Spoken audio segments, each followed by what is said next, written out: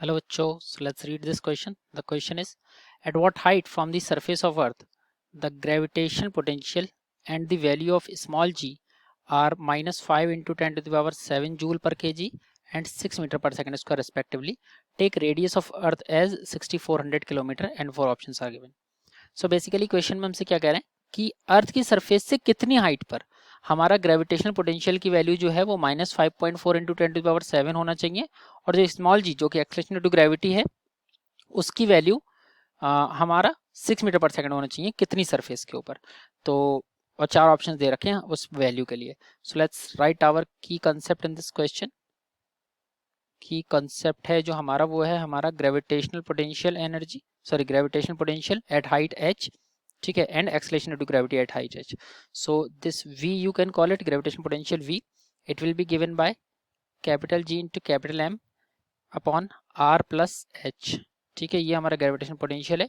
And acceleration due to gravity at height h you can call it g dash, it is equal to gm upon r plus h square.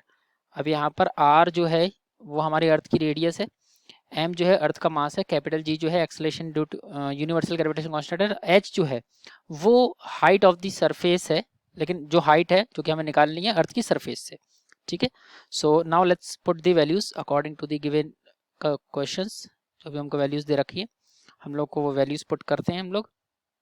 तो what we will gate, यानी कि पहली equation के हिसाब से हमारी जो value -5.4, यानी कि हमको क्या दे रखा है कि gm upon r plus h it is nothing but equal to -5.4 into 10 to the power 7, let's call it equation number 1।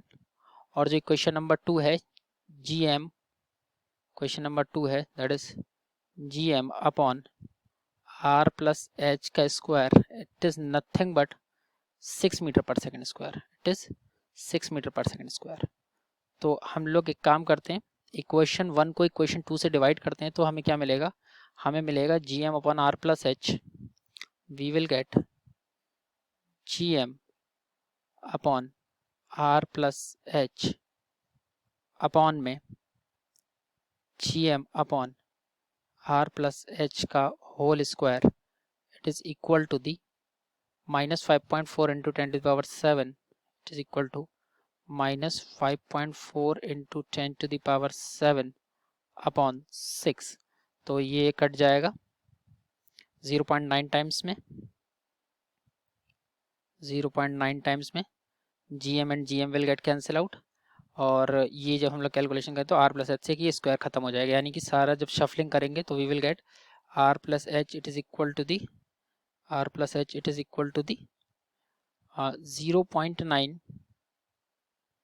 Into 10 to the power 7 metres, ठीक है, 0.9 टू द पावर 7 मीटर्स, ये हमें r की वैल्यू मिलेगी।